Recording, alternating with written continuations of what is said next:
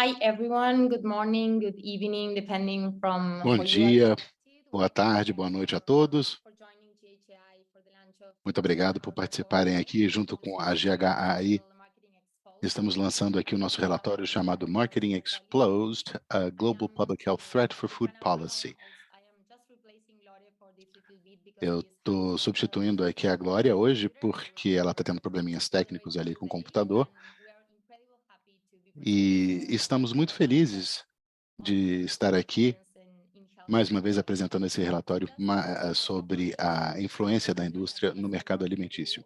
E como parte do nosso trabalho de advocacy, nós sabemos que as práticas de comercialização de produtos não saudáveis não estão apenas promovendo ambientes alimentares não saudáveis, mas também permitindo que entidades com fins lucrativos, como a indústria de PPs, decidam as políticas que irão regulá-los, colocando em risco a população. Por isso, hoje temos um incrível painel de palestrantes do GHAI, juntamente com defensores do México, África do Sul e Estados Unidos, que discutirão quais são as soluções de políticas ou abordagens para o problema que o nosso relatório vem destacando. As biografias impressionantes dos nossos membros do painel serão compartilhadas por meio do bate-papo para que possamos entrar diretamente na nossa conversa. Na parte de perguntas e respostas, vamos poder discutir os comentários e perguntas da plateia, então, por favor, usem o recurso de perguntas e respostas do Zoom, Q&A, para enviar seus comentários e perguntas. Aí vamos respondê-las ao final do webinário. Agora eu vou passar a palavra para a Verônica Schoch, que fará os comentários de abertura e falará um pouco mais do portfólio da GHA em matéria de nutrição. Ok? Muito obrigada, Luri. Sejam todos muito bem-vindos. Eu sou Verônica Schoch e é um prazer estar aí nessa posição de liderança no Global Health Advocacy Incubator. Nós queremos ser uma organização que promove o trabalho do, perdão, promovemos um trabalho livre de qualquer influência política. E o objetivo, o foco do nosso trabalho até o momento tem sido políticas para reduzir o acesso a produtos não saudáveis e produtos ultrafaturados, isso através de medidas como, por exemplo, melhores regulações, melhores pacotes com mais informações. Nós trabalhamos da mesma forma, seja qual for a política em gestão, nós apoiamos as organizações da sociedade civil em nível local, em vários locais do mundo inteiro, para que possam liderar suas próprias campanhas de advocacy. E, como já foi dito, essas campanhas amplas de advocacy incluem vários componentes. Um deles é o advocacy junto aos tomadores de decisão, através de assistência técnica, apoio às lideranças, também a advocacy junto à mídia, ou seja, trazer esse assunto para a agenda política, para a mídia. Outro componente é a formação de coalizões. Precisamos de um movimento com a sociedade civil, com os acadêmicos, que apoiem essas mudanças nas políticas. E, por último, mas não menos importante, um componente importante, fundamental, é justamente a questão da exposição, a exposição das interferências da indústria. Esse é um componente muito importante, como a Luhan já disse, esse é o principal desafio que nos impede de seguir em frente com essas políticas no mundo inteiro. Então, em 2019, no lançamento do piloto do GHAI, que se deu em 2020 na iniciativa global, contra as interferências da indústria na política alimentar, esse é o terceiro ano que nós publicamos um relatório anual mundial sobre a interferência da indústria. Então, sugiro que vocês visitem o nosso site, porque lá vão encontrar esse e outros relatórios e materiais que podem ser usados em apoio às campanhas em nível local. O foco do nosso relatório global foi justamente mostrar como que a indústria de ultraprocessados de alimentos e bebidas ultraprocessadas vem se desenvolvendo e vem crescendo durante uma das maiores crises de saúde pública do mundo. Em 2012, nós ah, nos opusemos aí à questão das informações deficitárias nos pacotes e agora estamos focando nessa questão de exposição. Como vocês sabem, o marketing é muito amplo, está em todas as áreas, ele é agressivo, ele é deceptivo, principalmente no que diz respeito aos adolescentes e crianças, ou seja, o marketing de produtos ultraprocessados é uma forma de se explorar as crianças e adolescentes, mas vai muito além. Como a gente vai ver agora durante a apresentação do relatório, o marketing vai muito além apenas de campanhas publicitárias e promoções nas televisões e também nas redes sociais. Também se trata de uma forma da indústria de alimentos ultraprocessados de penetrar os espaços onde as decisões são tomadas. Então, precisamos de parcerias em todos os níveis para lutar contra isso, porque, afinal de contas, é importante nos opormos a esse tipo de movimento. Por isso que precisamos de regulamentação que reja aí o que é feito nessa área para proteger não somente a população como um todo, mas mais especificamente as crianças e os adolescentes vulneráveis. Antes de passar a palavra para a Lúcia, eu gostaria de dizer muito obrigada à equipe pelos esforços aí na elaboração do terceiro relatório global anual, foi um trabalho de equipe. Também gostaria de agradecer a todos os nossos parceiros locais que contribuíram com informações muito importantes para a elaboração desse relatório coletivo e global. Gostaria também de agradecer a todos os palestrantes do dia de hoje que aceitaram a o convite para participar desse diálogo e gostaria também de agradecer a Bloomberg Philanthropies, por todo o apoio que vem nos dando nesses últimos anos para que tudo isso seja possível. Muito obrigada. E agora, Lúcia, passo a palavra para você. Thank you, Vero. Ok, Venon, muito obrigado. I will briefly present the findings of Rapidamente, our report vou and apresentar aí summarize as the conclusões do background nosso of relatório. this Como eu já disse, website, where you can find the full report in English sugiro que vocês entrem no and site, porque lá tem o relatório tanto em inglês quanto em português e espanhol. Como já foi dito, o relatório faz parte da iniciativa Industry Watch, do Programa de Políticas Alimentares do GHI. Porque, afinal de contas, isso faz parte do nosso trabalho. Achamos que entender como se dá o comportamento das empresas e expor o que elas vêm fazendo em termos de saúde e responsabilizar de forma essa indústria são todas fatores muito importantes. Então, esse relatório se dá nesse sentido. Nós já temos dois relatórios, né, em 2021 focado na Covid e no ano passado focamos nas estratégias corporativas que visavam atrasar a aprovação de legislações adequadas e agora temos esse, o terceiro relatório. O foco desse relatório agora é expor como que as campanhas de marketing dessas indústrias vêm afetando a saúde humana e planetária e também quais são algumas das estratégias que possibilitam que a indústria influa no processo decisório. Vamos falar então sobre como foi feito o relatório. Ao longo do ano, nós coletamos informações públicas disponíveis aí nos canais da mídia, na mídia social. Também revisamos aí relatórios de sustentabilidade de uma série de fontes, inclusive usamos vários exemplos de nossos parceiros locais, com dados locais que eles coletaram. Criamos, então, mais de 300 exemplos relevantes ao foco do nosso relatório, envolvendo 52 países. Nós fizemos uma análise da qualidade dessas informações e chegamos à conclusão de que há quatro principais razões por que o marketing de produtos ultraprocessados ameaça a saúde pública e precisa ser regulado. Eu não vou entrar em muitos detalhes aqui, mas todos esses resultados aí têm a ver com a questão da rotulagem que nós tratamos na última edição do relatório. Essa conexão, inclusive, é feita na página 10 da versão em inglês do relatório atual.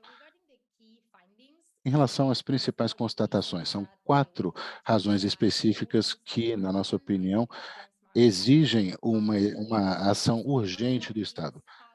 Primeira razão, as práticas do mercado geram um efeito dominó de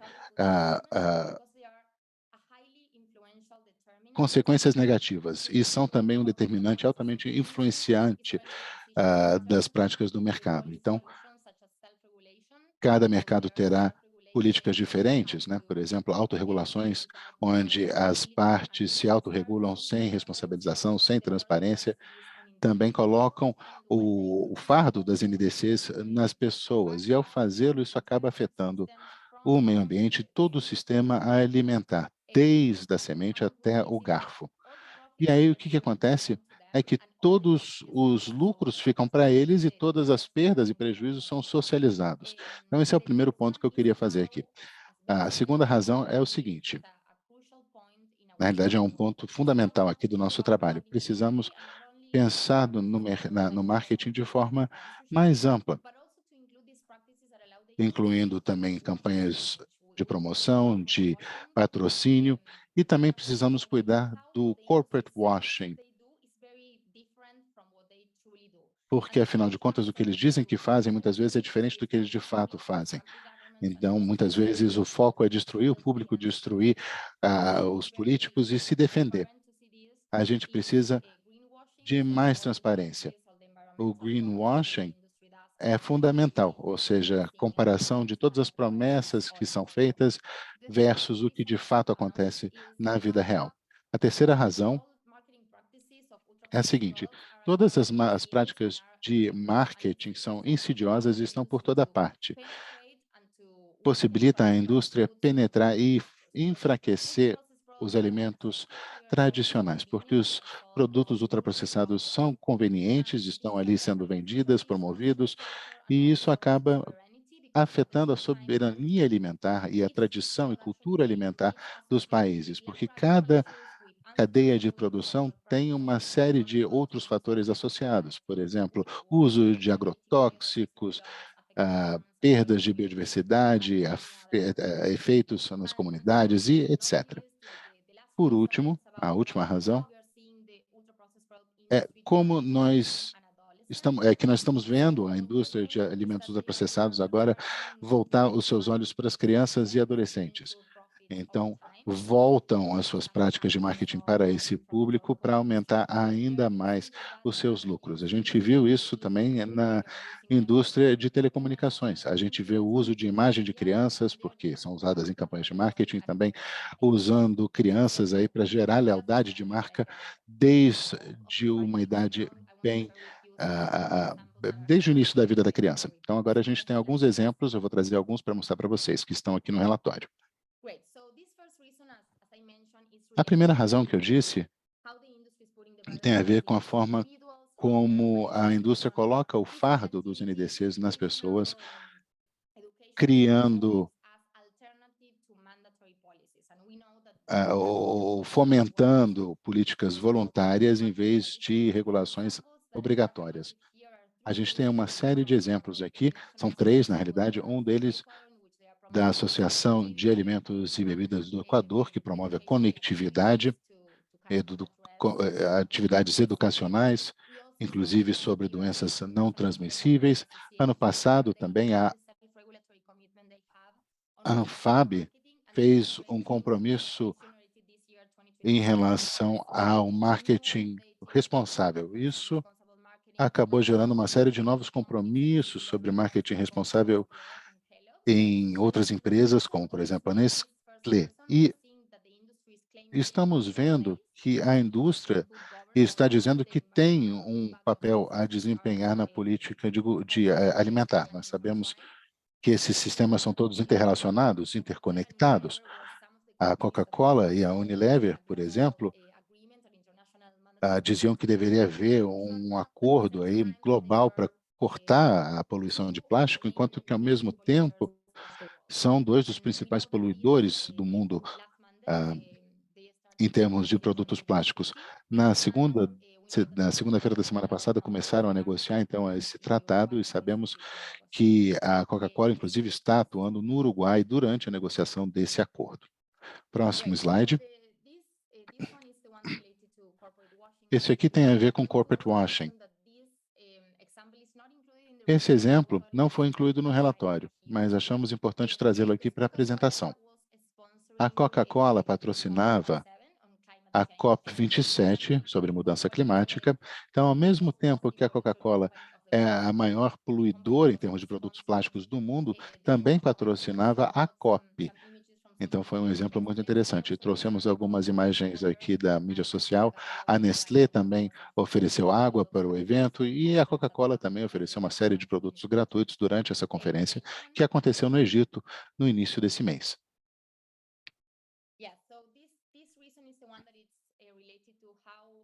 Essa razão aqui tem a ver com a agressividade, ansiosidade e abrangência desse marketing. Ele está por toda parte. E também a forma como essas práticas possibilitam que a indústria penetre e acabe atrapalhando as culturas alimentares. É um exemplo muito interessante aqui da MAG, na Colômbia, onde é feita a associação dos ultraprocessados com alimentos tradicionais, feitos em casa. É um exemplo aqui da Colômbia, aqui também da MAG, que pertence à Nestlé, e diz aqui que através de ultraprocessados estavam recuperando aí as culturas tradicionais das regiões colombianas. E esse outro exemplo aqui não é desse ano, mas trata de como a Nestlé introduziu aí um supermercado flutuante na Amazônia brasileira e estão vendo aí agora os efeitos na saúde das crianças e da população como um todo desses mercados flutuantes. Número 4 é o fato de que essas campanhas são voltadas para as crianças. A gente tem visto 3 tendências ou 3 táticas aqui nessa razão. Uma delas, ou a primeira, é o fato de usarem o marketing digital voltado para as crianças. A gente incluiu aqui o relatório do Center for Digital Democracy. Inclusive, temos um participante de lá aqui conosco que vai trazer algumas observações. E vemos também que a indústria está usando imagens de crianças para posicionar os seus produtos. Aqui temos um caso de uma mãe influenciadora da África do Sul. Também vemos a indústria de ultraprocessados, que, aliás, as crianças elas devem receber uma proteção, né, contra esse tipo de produto na escola e também em outras instituições de ensino. E aqui a gente tem essa campanha que foi feita pela Kinder, que pertence a Ferrero, e que promove atividades físicas enquanto coloca ou estampa na camiseta de todos eles a sua marca. Então, são apenas alguns exemplos que a gente trouxe aqui para vocês. Vamos agora para o meu último slide. Eu não vou entrar em muitos detalhes aqui, porque vamos discutir as soluções apresentadas no relatório um pouco mais à frente, junto com as reflexões dos participantes. Mas eu só queria dizer que há uma série de chamados aí para os governos e para as organizações da sociedade civil atuarem. Precisamos de restrições de marketing corporativo amplas e obrigatórias, tanto para marketing online quanto offline. Também precisamos que os governos adotem leis obrigatórias que impeçam a influência desses atores privados na formulação de políticas e também precisamos que a sociedade civil faça parte desse trabalho. Precisamos também promover a responsabilização na formulação de políticas públicas. São apenas alguns exemplos. No meu último slide aqui, quero convidá-los todos a visitar o nosso microsite, onde vocês encontram todas as informações aqui apresentadas e também os relatórios. Chegamos ao final da minha apresentação. Muito obrigado a todos que participaram desses esforços e passo a palavra agora para a Lorena. Ok, bom dia a todas.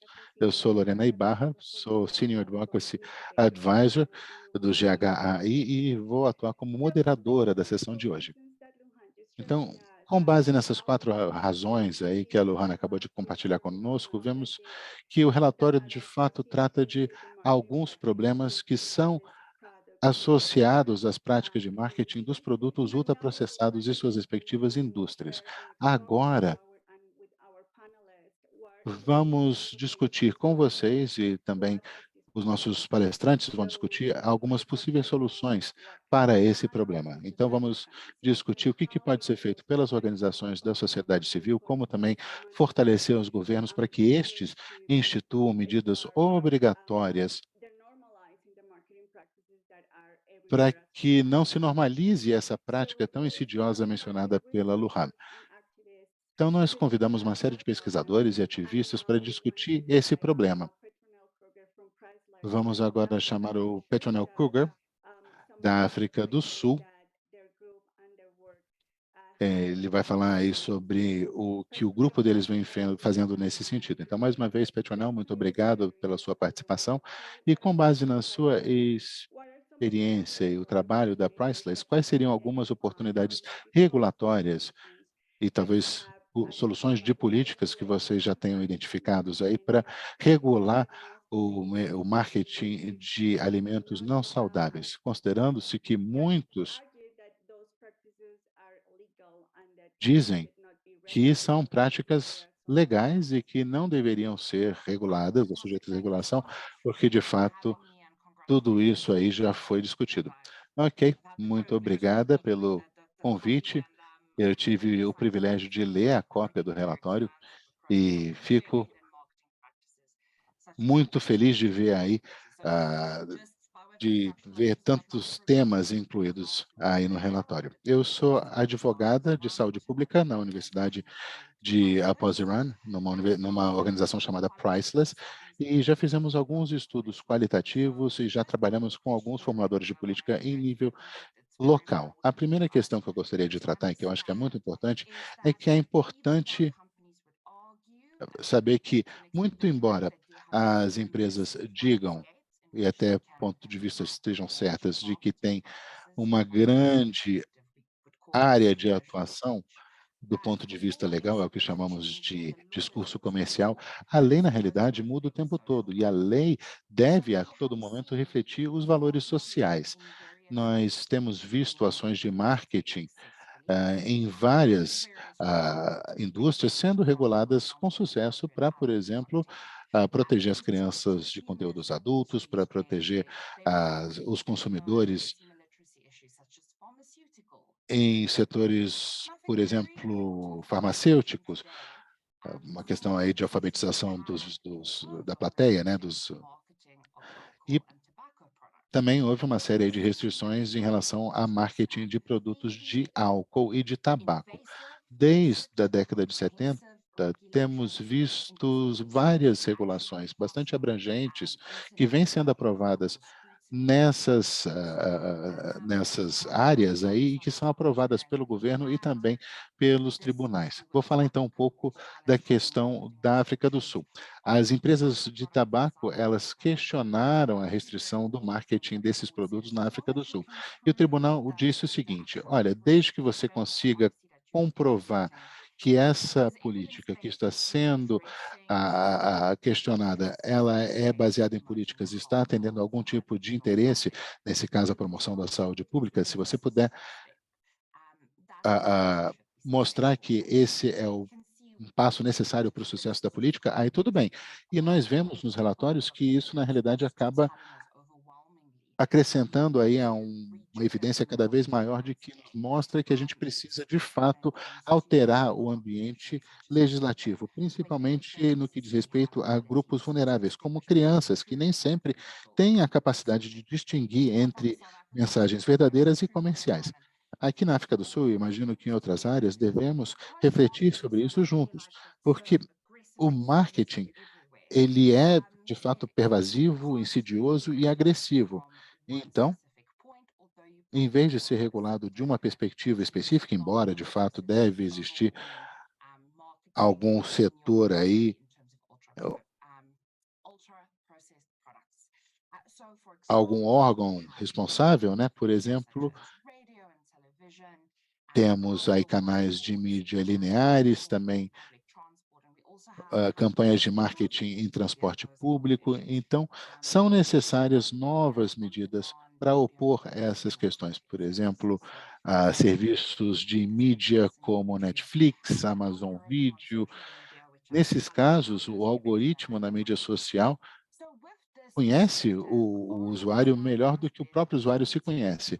Então, a gente precisa encontrar áreas de intervenção em todos esses espaços onde a publicidade se dá. Então, precisamos de uma série de recomendações políticas e precisamos nos engajar com os formuladores de políticas. O nosso ponto de partida na África do Sul foi o seguinte: todos os departamentos de comunicação indicavam que a nossa estrutura de comunicação não conseguia atender a toda essa expansão da mídia e de canais. Então, esse tipo de trabalho, de fato, tem tido muito sucesso, esperamos ver mais acontecer, mas a estrutura, seja ela, na realidade, ela deve incluir restrições ainda mais fortes contra produtos que são, de fato, danosos, perdão, principalmente no que diz respeito a crianças. As proteções internacionais para as crianças são mais fortes, então é mais fácil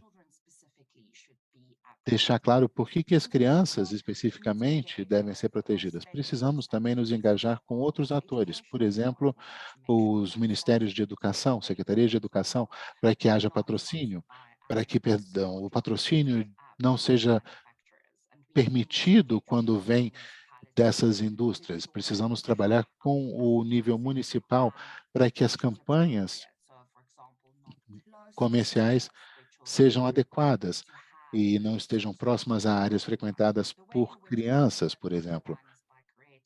E nós achamos que isso é possível por meio de um código que rege todas essas políticas e define muito claramente quais são as práticas de marketing que são proibidas, quais produtos e marcas devem se enquadrar no âmbito dessas regulações e qual deve ser o procedimento para responsabilizar e sancionar esses atores. Lógico, já existe aí um código, ele precisa ser adequado, precisa-se também de um conselho que possa discutir, por exemplo, a questão da conduta, para que haja um conhecimento específico sobre as áreas que vão ser reguladas. Muito obrigada. Fico ansiosa pelas perguntas e espero poder contribuir à medida que formos discutindo cada vez mais essa questão. Ok, muito obrigada, Petronel, pela sua contribuição. Gostaria de fazer alguns comentários. A estrutura deve refletir e defender os valores sociais. O marketing vem sendo normalizado e agora vem acontecendo tudo aquilo que a Luhan mencionou, é algo que é visto como parte das nossas vidas, mas não deve ser visto dessa forma. Você também falou das regulações que devem proteger as populações vulneráveis, principalmente as crianças. Então, essa é uma questão que você traz aí e a gente precisa explorar algumas possibilidades. Você também falou da promoção da saúde e do trabalho colaborativo entre os decisores de forma transversal, incluindo todas as áreas da formulação de política que devem participar aí, não apenas a educação e a saúde, porque se trata de um processo complexo e precisa da participação de vários atores, de vários formuladores de políticas e decisores. Você também falou sobre oportunidades de responsabilizar a indústria por essas práticas. Então, muito obrigado aí pela sua apresentação e gostaria de dizer que se vocês tiverem qualquer pergunta ou comentário, podem usar a ferramenta de Q&A aqui do Zoom para enviar os seus comentários e perguntas para os panelistas. Antes de passar para a próxima parte da apresentação, gostaríamos de pedir aos participantes que respondam as seguintes perguntas que vão aparecer aqui numa pesquisa interativa na tela do Zoom. Então, por favor, respondam a essa pergunta. Qual desafio você vê quais são os desafios mais prominentes no seu país no que diz respeito ao marketing digital de bebidas e comidas não saudáveis. As possibilidades são espaço não regulado, falta de conhecimento sobre a governança da internet, falta de boas práticas internacionais, marketing transfronteiriço, também a políticas fortes e sua aplicação, e também muitos atores envolvidos em, no sistema online, no ecossistema online. Então, escolham, por favor, a sua resposta e depois a gente vai ver os resultados.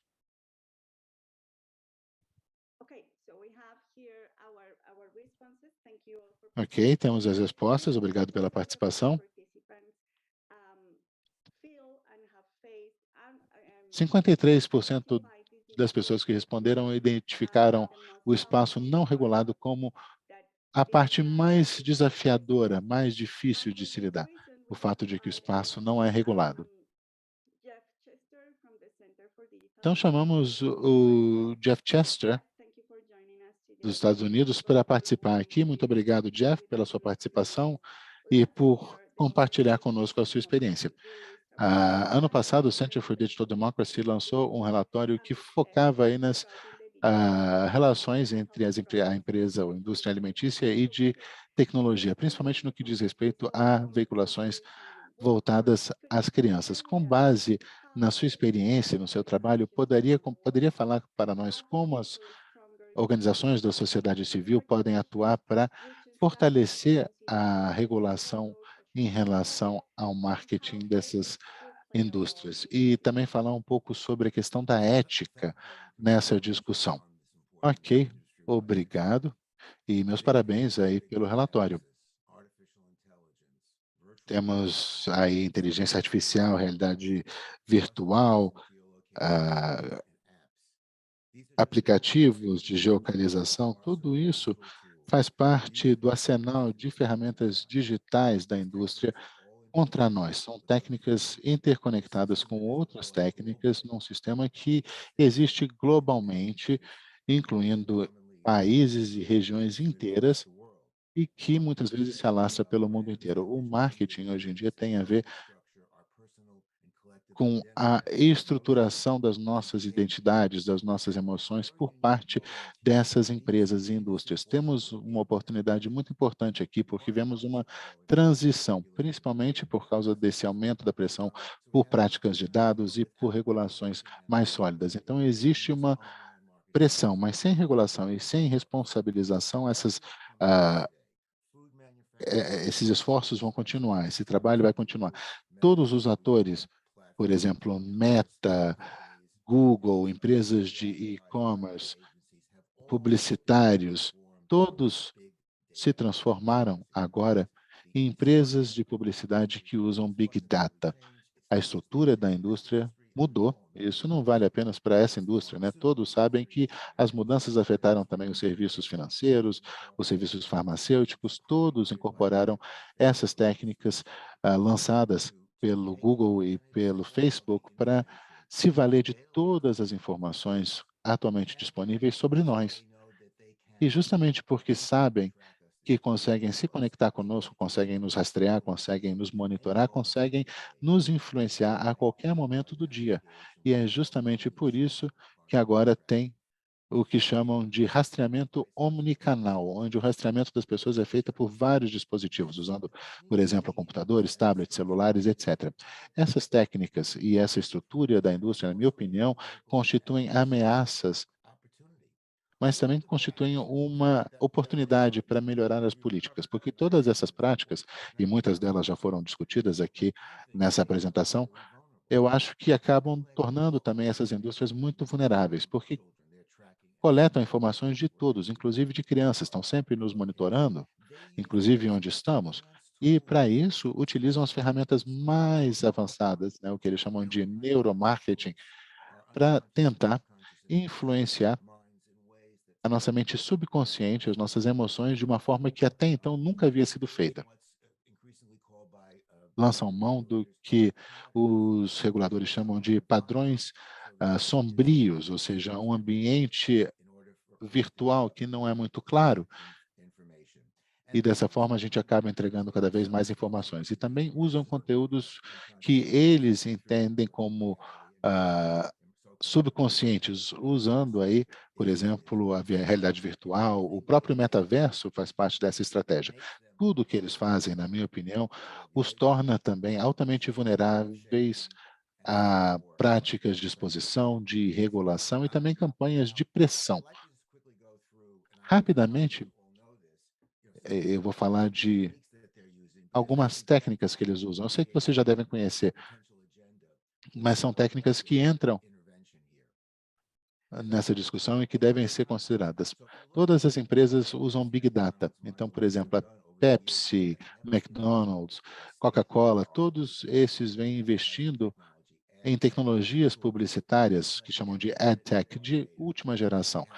Aí coletam todos os dados possíveis sobre nós. Sempre que nós estamos online, estamos interagindo com o produto deles, seja através de um cupom digital ou de um aplicativo, ou seja através de um anúncio no vídeo, numa plataforma de streaming, todos esses dados são coletados e depois analisados usando ferramentas de Big Data para entender de que forma podem nos influenciar e como fazê-lo da melhor forma possível. É necessário olharmos embaixo do capô como funcionam essas ferramentas ao empreendermos medidas de todas as formas, por exemplo, exposição dessas práticas, regulação, etc. No relatório vocês veem isso. Muitas dessas informações constam lá no relatório anual, também nos relatórios das empresas de tecnologia. Isso que eu vou dizer agora não está no relatório, foi uma informação lançada semana passada. A Pepsi tem um departamento de ciências de dados e eles desenvolveram o PEPSI, que é PVSI, que significa o seguinte: vamos reunir dados de tempo real junto com soluções baseadas em dados e outras tecnologias que nos dão uma compreensão do comportamento dos consumidores de varejo em vários canais, identifica as suas tendências e mais. Essa é a citação. Então, a Pepsi tem o que eles chamam de Store DNA, o DNA das lojas, e também o DNA dos consumidores, que expõe também as vulnerabilidades.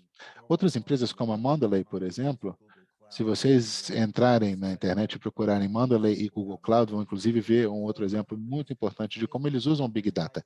Todas as empresas acham que têm direito de manipular, de rastrear os jovens e comunidades vulneráveis sem qualquer tipo de responsabilização no que diz respeito à privacidade, à saúde pública, etc. Então, eu acho que esse uso de Big Data é uma grande oportunidade de prevenção e de regulação. O Machine Learning também já é regulado. Desde 2018, quando o Google disse que ia disponibilizar o Machine Learning para os publicitários, todas as outras empresas também adotaram essas ferramentas de ponta que usam analytics preditivos. Aí eles coletam os dados, fazem projeções e entendem como nos influenciar, quais conteúdos de fato tocam nas nossas emoções e naquelas das nossas comunidades, e esse processo ele está sendo constantemente atualizado. Esse processo de inteligência artificial e de machine learning não pode ser responsabilizado, ele é insidioso e ele precisa ser objeto das nossas ações. Por exemplo, o McDonald's fez uma parceria com uma empresa chamada Plexure, da Nova Zelândia. Isso, inclusive, consta no relatório, não tem como inventar esse tipo de coisa.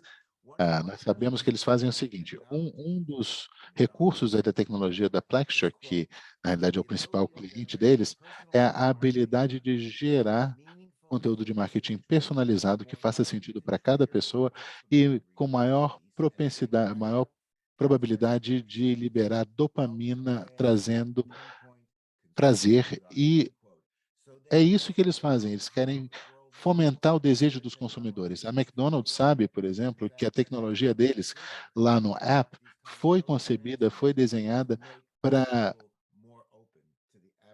trabalhar os neurotransmissores para deixar as pessoas mais suscetíveis às campanhas de publicidade. O Neuromart também é muito importante, tem a ver com o machine learning, com a inteligência artificial, e aqui os investimentos têm sido enormes, com grandes avanços no mundo inteiro. Agora, cada vez mais, eles entendem a nossa mente subconsciente. Agora, eles estão fazendo um teste em massa de mensagens direcionadas às pessoas, usando essas ferramentas para persuadi-las e entregar essa mensagem de marketing diretamente para o nosso subconsciente. Então, por exemplo, Meta, TikTok, Google, todos usam esse tipo de neuromarketing. Há 2 meses, por exemplo, a empresa de doces Mars ganhou um dos principais prêmios de publicidade por desenvolver uma ferramenta que usa a inteligência artificial e tecnologias de machine learning para entender como se dá o comportamento dos consumidores e como eles pensam, tanto consciente quanto inconscientemente. Analisa dados gerados a cada segundo sobre as emoções e sobre a atenção das pessoas para fomentar aí as campanhas e tentar aumentar as vendas. Então, são vários exemplos onde eles manipulam diretamente as nossas emoções, o nosso inconsciente. Então, o que que podemos fazer?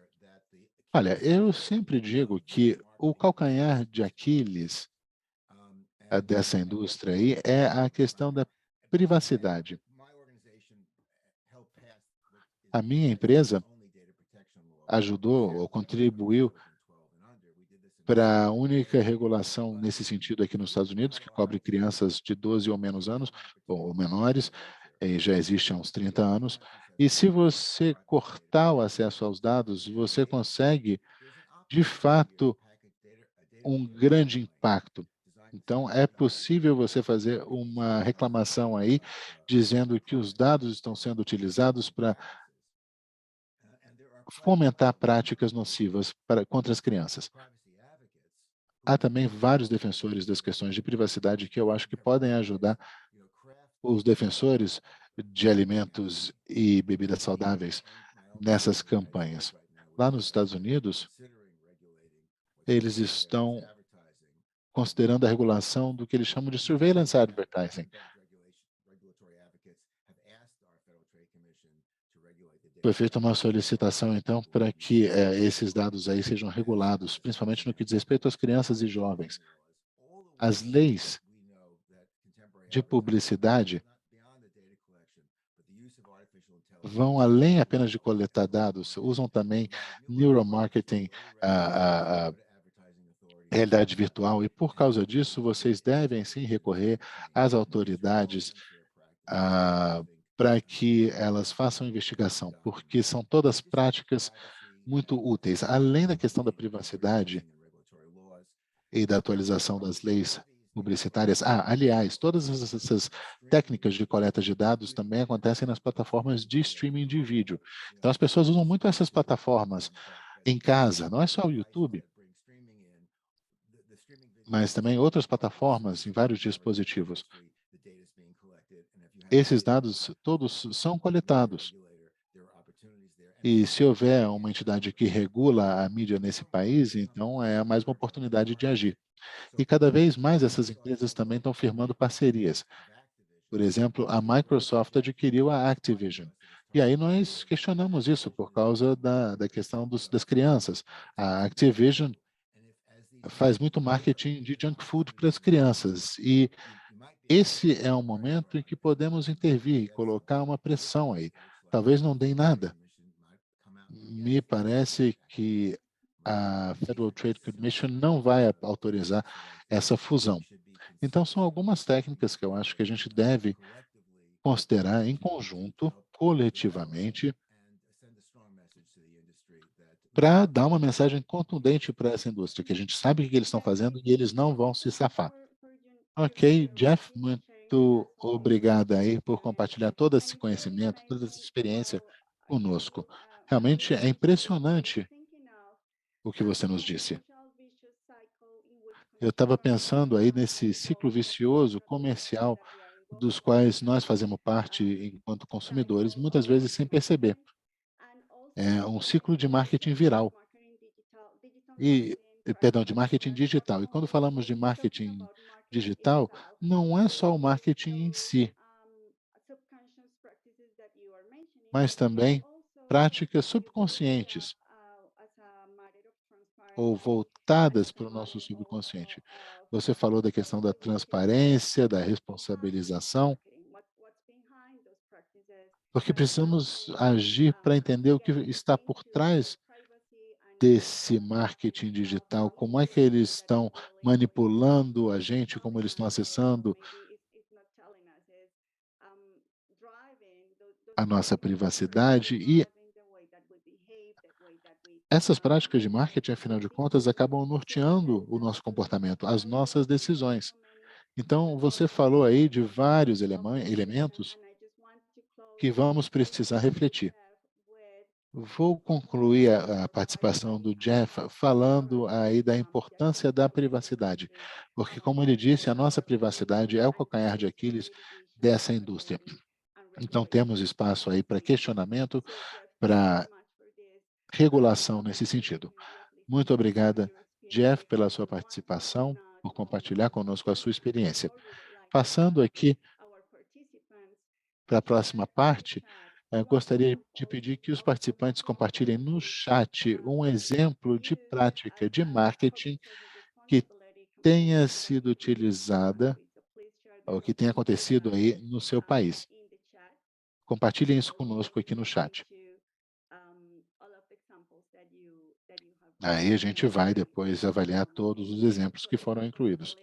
Então, qualquer tipo de programa de responsabilidade corporativa social com a participação da indústria de alimentos e bebidas ultraprocessados.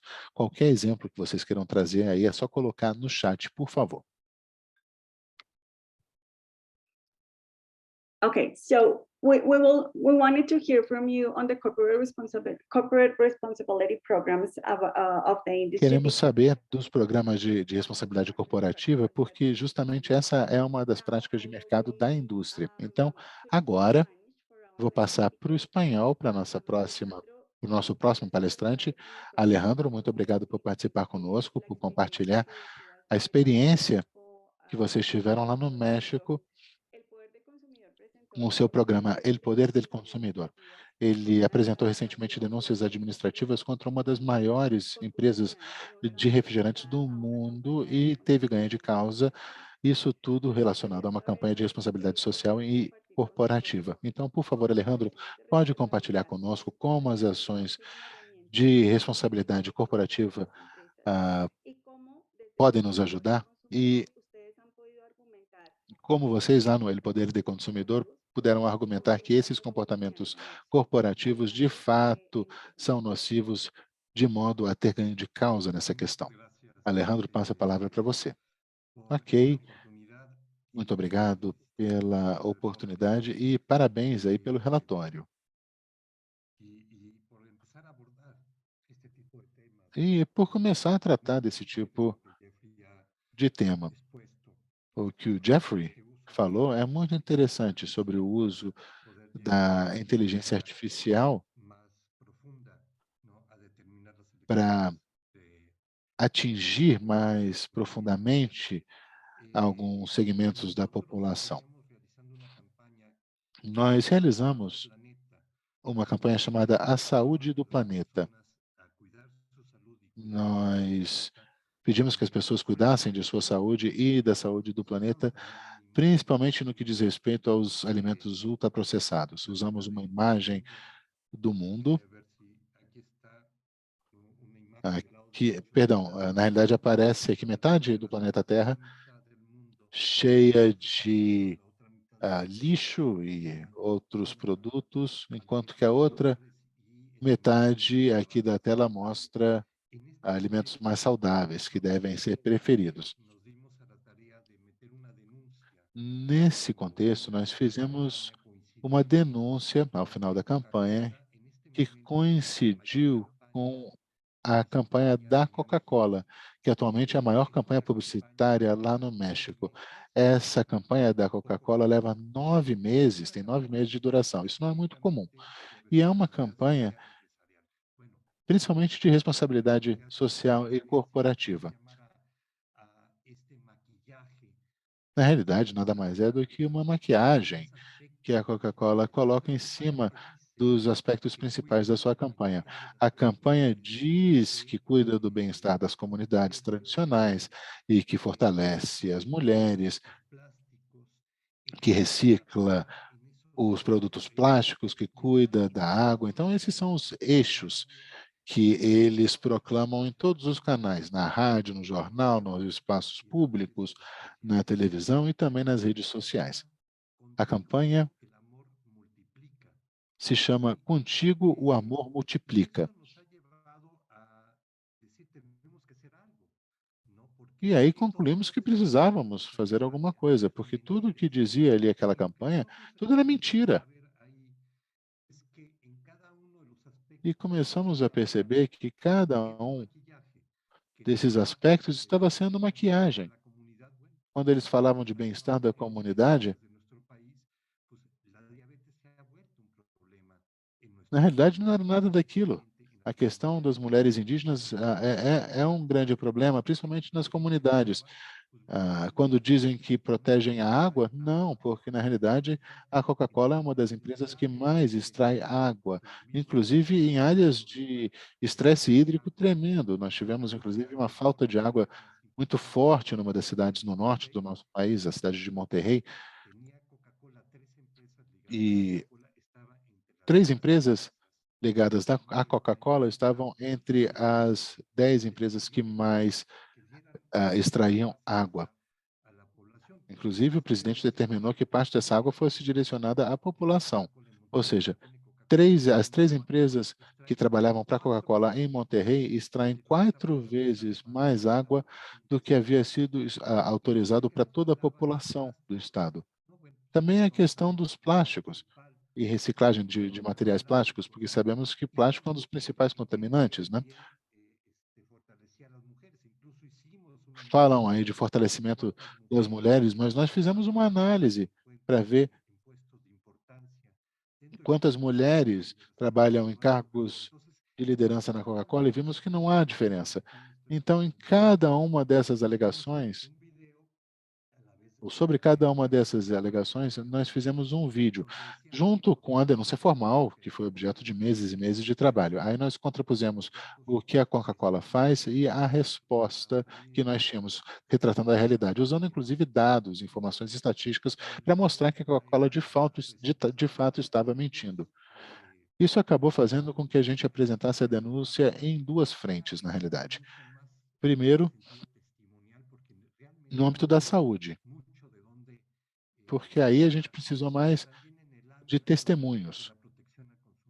Mas o outro âmbito foi a proteção do consumidor. No México, assim como em vários países, o conceito de propaganda enganosa é bastante amplo. Então, se pudéssemos comprovar e demonstrar que essas campanhas de responsabilidade social e corporativa, na realidade, estavam promovendo um produto, aí isso tudo foi muito bem fundamentado. As imagens mostram, inclusive, que são denúncias apresentadas não só por nós, mas também pela Greenpeace, uma organização de jovens que protegem a água, e também pessoas ali da área alimentar. Então, foram 2 denúncias apresentadas à Sociedade de Proteção do Consumidor e também à Agência Nacional de Vigilância Sanitária do México. A nossa estratégia legal foi a seguinte: por um lado, nós recolhemos todos os materiais e todos os relatórios da Coca-Cola e também todos os outros casos, ou jurisprudência sobre propaganda enganosa. Já havia um antecedente muito claro, que é a Convenção Marco de Controle de Tabaco e também suas diretrizes. Eu não lembro exatamente quando, mas quando foi adotada, fez muito bem aí. A empresa do tabaco, no entanto, passou a fazer propagandas de responsabilidade social e corporativa. Não mostravam mais o cigarro, mas sim o que eles vinham fazendo de bom para a sociedade. Depois, em 2013, durante essa convenção marco, ficou decidido que não, essa publicidade de responsabilidade social e corporativa também era publicidade de produto, e aí foi necessário fazer essa comprovação. Há vários estudos, no entanto, que reconhecem que essa publicidade de responsabilidade social e corporativa não tem nada a ver com qualquer tipo de responsabilidade. Na realidade, é uma maquiagem, porque cada um dos aspectos, praticamente todos os aspectos mencionados pelas campanhas, por exemplo, o caso da Coca-Cola, são, na realidade, uma forma de maquiar os danos que eles estavam causando. Então, por exemplo, se causam dano na água, eles vão lá e fazem 3, 4 pequenos projetos e aí faz uma publicidade enorme desses projetos para elencar ou para mostrar a responsabilidade que a Coca-Cola tem em relação à água. Faz algumas campanhas com crianças recolhendo plástico nas praias e aí diz que estão recolhendo plástico. Mas não, é apenas uma maquiagem. Sino que es un maquillaje Essa social. maquiagem não pode ser entendida como responsabilidade corporativa, mas sim uma responsabilidade social, uma maquiagem social, ambiental. Por isso, precisamos expor isso. Com a nossa denúncia, queremos que esse seja o primeiro passo. Sabemos que os resultados são difíceis, mas é isso que precisamos fazer também em nível internacional, como fez o pessoal do tabaco. Precisamos saber, no entanto, que a Coca-Cola e a Pepsi-Cola estão fazendo um estudo lá na Austrália que justamente foca as ações de responsabilidade corporativa e social da Pepsi. É uma maquiagem, e a mesma coisa aconteceu com o tabaco. Quando o produto começa a sofrer um estigma, aí as empresas começam a se mexer. Não estou dizendo que isso seja exclusivo da Coca-Cola, mas a Coca-Cola já está fazendo isso. Já está empreendendo a maior campanha do México, que é um dos países que mais consome Coca-Cola, e é uma campanha puramente de maquiagem social, maquiagem cultural e maquiagem verde. Então, todo tipo de publicidade sobre responsabilidade social e corporativa das empresas deve ser considerada publicidade do produto ou do consumo daquele produto, conforme diz a Convenção Quadro de Controle de Tabaco. Nos próximos anos, isso deve ser intensificado no país.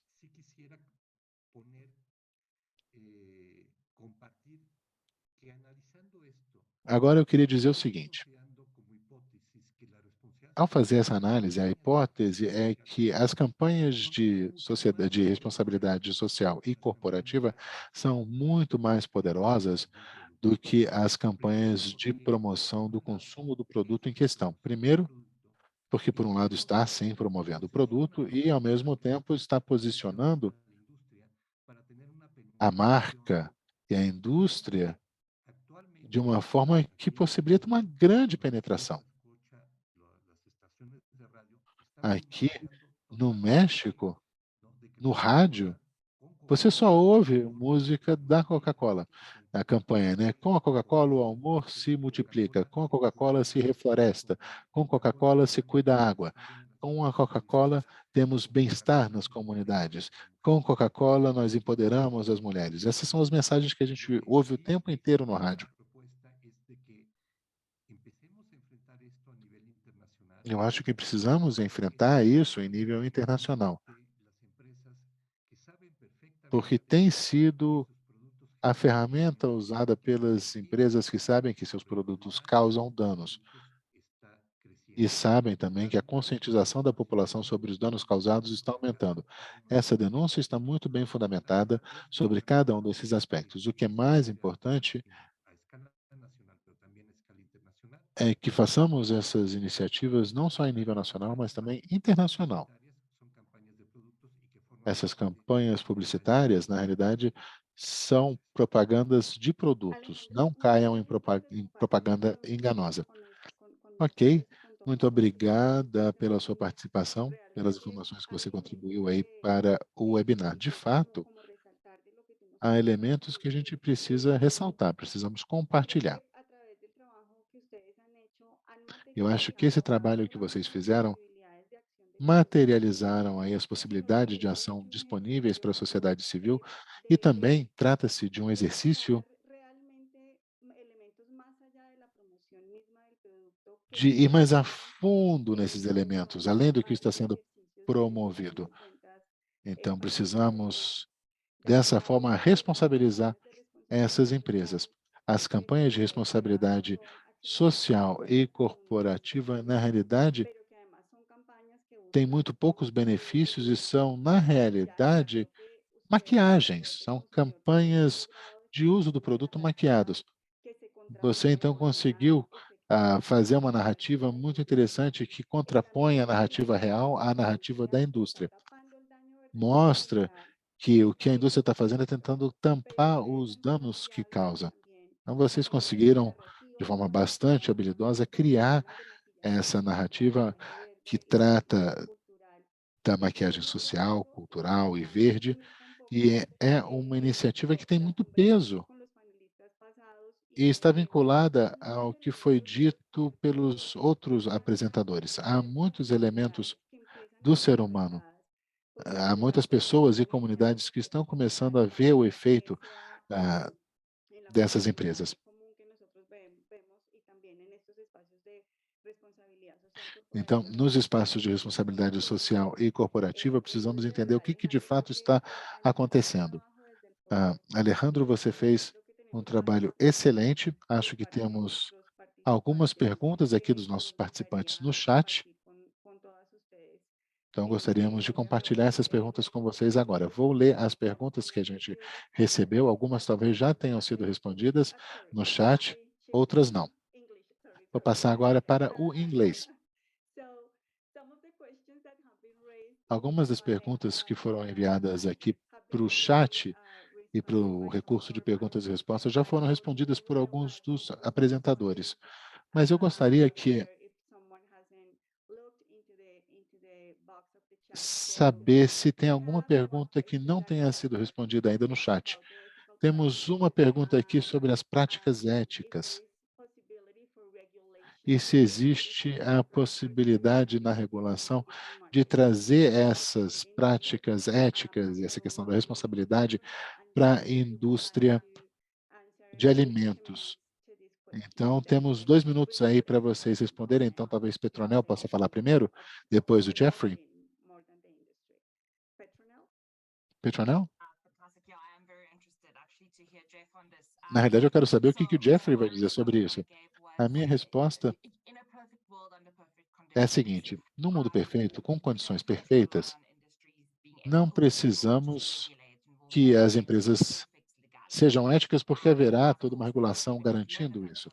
Infelizmente, nós não vivemos numa utopia e foram muito poucos os casos onde foi possível usar as regulamentações para acabar por completo com determinado comportamento, mas estamos tentando atuar de forma mais abrangente, mais rápida possível. Uma das questões que eu tenho visto, e talvez esteja superestimando aí o poder corporativo,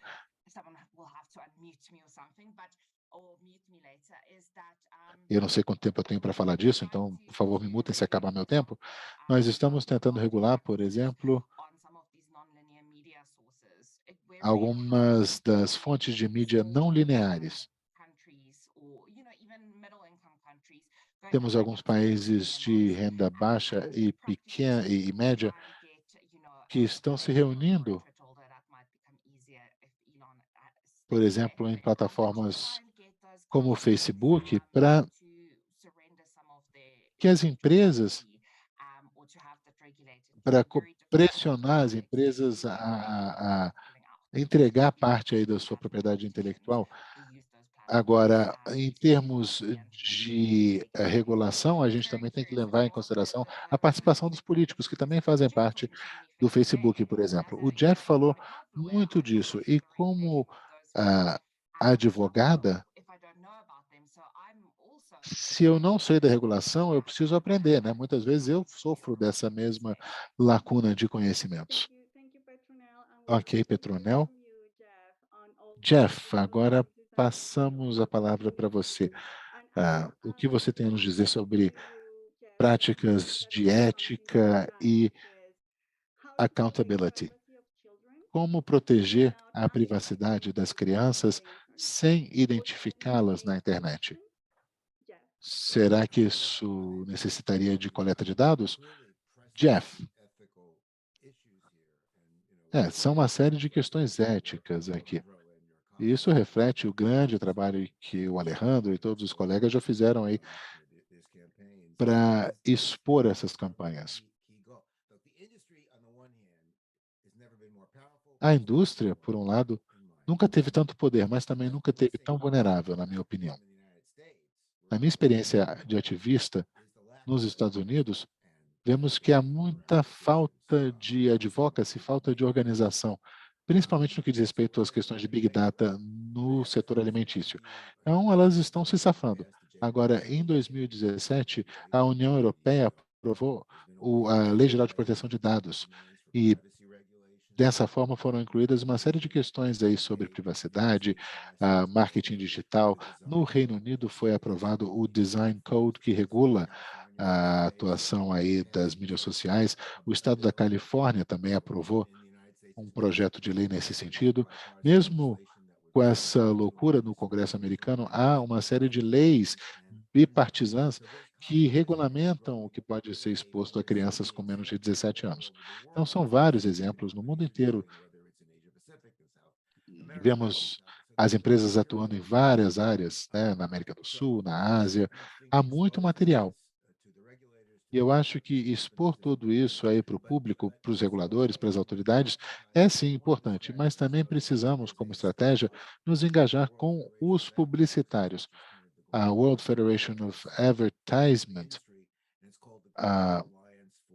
tem uma aliança global chamada Aliança Global de Mídia Responsável. Eu sei que isso aí é um oxímero, né, na minha opinião, mas são empresas que fazem na campanha alegações de que são ótimas para as crianças, são ótimas para o meio ambiente e para a saúde, mas isso com certeza não é verdade. O que é importante é que esse grupo, de fato, tem influência na operação de todas essas plataformas. Então, é mais um ponto a gente pode aplicar pressão. Então, dar publicidade ao que essas empresas estão fazendo, recorrer à legislação e também falar com os publicitários, talvez tudo isso aí deva fazer parte da estratégia. Não sei se eu respondi a sua pergunta, ok? Obrigado, Jeff. Temos mais outras duas perguntas que eu vou condensar em uma só para você aqui, Alejandro. Vou passar aqui agora para o espanhol mais uma vez. Alejandro, no chat temos duas perguntas. Uma tem a ver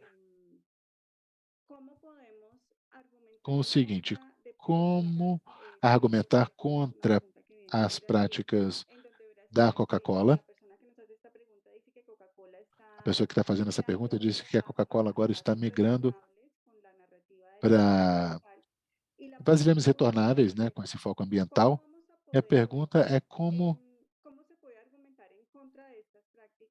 argumentar contra essas práticas, porque afinal de contas a iniciativa é contra o uso de plástico. Então é meio que um dilema. E outra pergunta é: quanto tempo vocês dedicaram para no planejamento desse processo e quanto tempo levou a campanha em si, o planejamento e a execução da campanha, quanto tempo levou? Olha, o fato da Coca-Cola voltar aos vasilhames retornáveis tem a ver com os impactos causados pela empresa. Agora, a Coca-Cola, seja por plástico ou vidro, perdão, os danos causados pelo produto que está dentro daquele container, daquela garrafa, são enormes. Então, em outras áreas, por exemplo, no que diz respeito ao leite, talvez essa transição seja muito boa. Mas no caso da Coca-Cola, ela causa muitos danos independentemente do vasilhame. Aqui a gente fala de todos os impactos causados pelo produto. Em relação ao tempo, bom, o tempo e os recursos que nós dedicamos à campanha são infinitamente insignificantes em comparação aos recursos dedicados pelas empresas. Tem um dado interessante aqui. Em 2004, foi criado um imposto para bebidas açucaradas no México. Vemos uma redução, foi um imposto pequeno de 10%. E aí, em 2013, perdão, um ano antes, a gente também viu uma queda no consumo de bebidas açucaradas. E, de acordo com algumas publicações, isso teve a ver com não o imposto, mas sim as campanhas. Então, se nós conseguimos essa redução de 10%, considerando-se tudo que é investido pela Coca-Cola, nós conseguimos informar a 10% da população, por exemplo, as informações de fatos científicas, conseguimos reduzir o consumo desses itens. Agora, o problema são as campanhas de maquiagem, que muitas vezes acobertam a natureza viciante desses produtos. Ok, Alejandro, obrigado. Nós temos agora uma pergunta no chat. Na elaboração do relatório, gostaria de saber, fala aqui, sou Milena, repórter do Joio e Trigo. Durante a produção do relatório foram avaliadas ações de marketing em ultraprocessados em transmissões ao vivo na internet, por exemplo, no YouTube ou Twitch?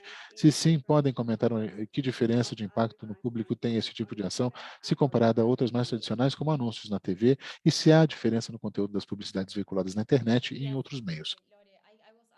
Essa pergunta é para Luhan. Olha, eu estava escrevendo aqui a resposta, mas eu posso falar um pouquinho e depois concluir a minha resposta por escrito. No relatório,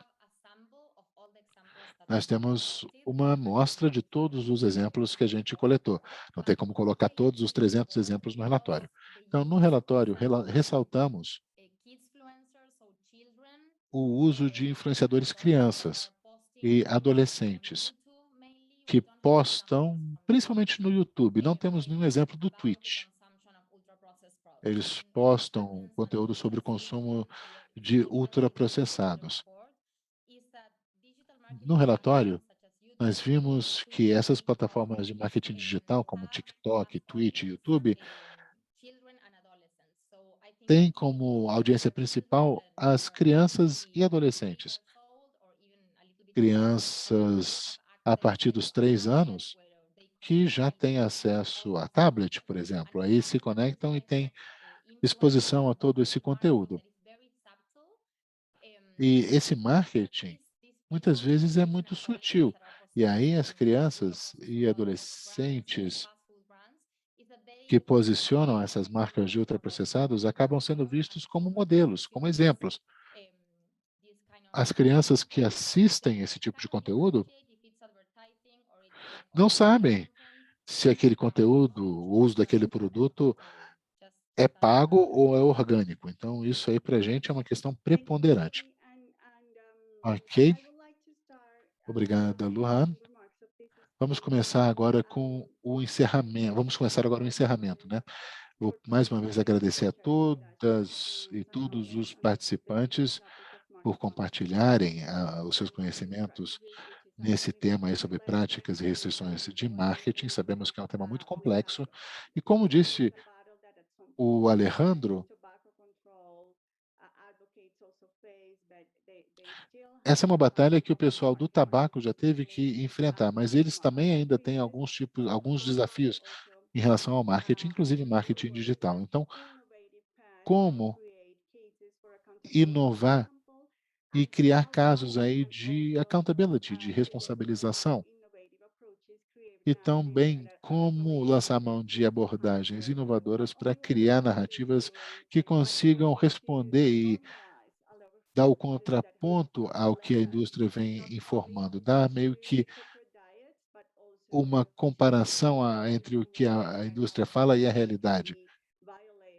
E também a questão da privacidade, que pode ser violada, e também outros direitos humanos que ficam ameaçados por esse tipo de prática de marketing.